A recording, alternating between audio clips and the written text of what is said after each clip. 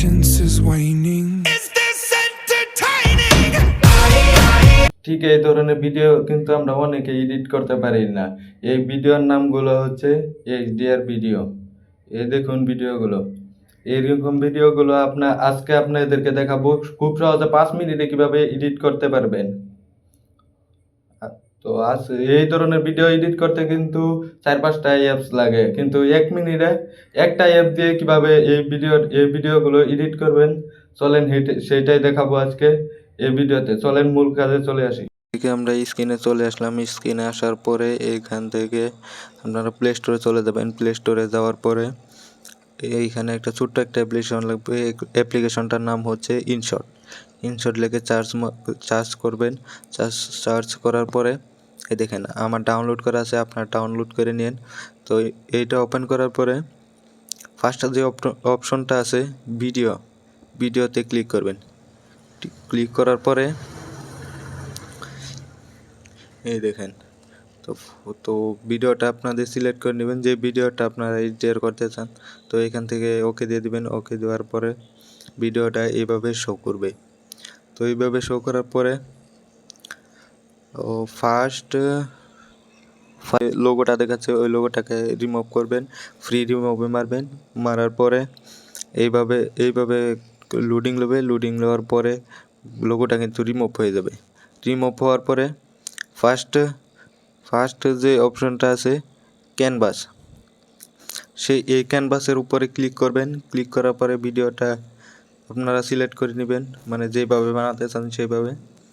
তো ক্লিক করার পরে এখান থেকে টিক মার দিয়ে দিবেন, ওকে দিয়ে দিবেন। ওকে দেওয়ার পরে এখান থেকে ব্যাকগ্রাউন্ডে ক্লিক করবেন। ব্যাকগ্রাউন্ডে ক্লিক করার পরে এরকম একটা ইন্টারফেস থেকে 3 নম্বর যে অপশনটা আছে সেই অপশনটাতে ক্লিক করবেন। ক্লিক করার পরে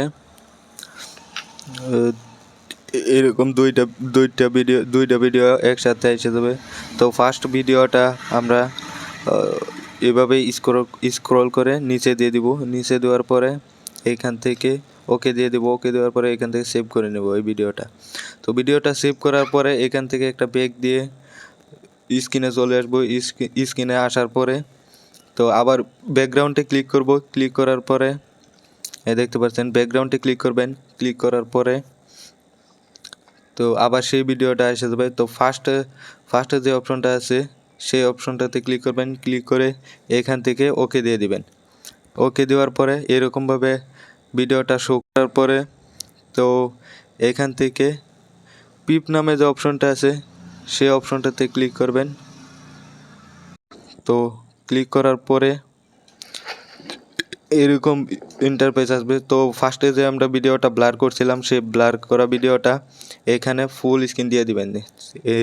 নিচে দেখতে পাচ্ছেন এটাতে ক্লিক করবেন। ক্লিক করার পরে ভিডিওটা কিন্তু ফুল স্ক্রিন হয়ে যাবে। তো ফুল স্ক্রিন হওয়ার পরে এখান থেকে আমরা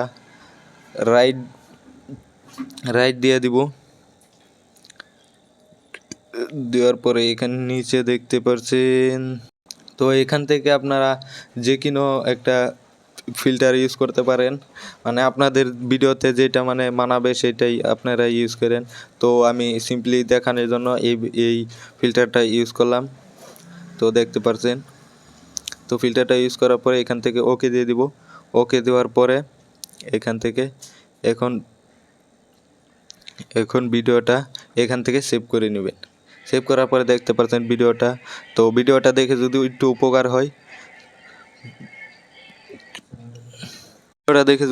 উপকার হয় অবশ্যই চ্যানেলটাকে সাবস্ক্রাইব করবেন।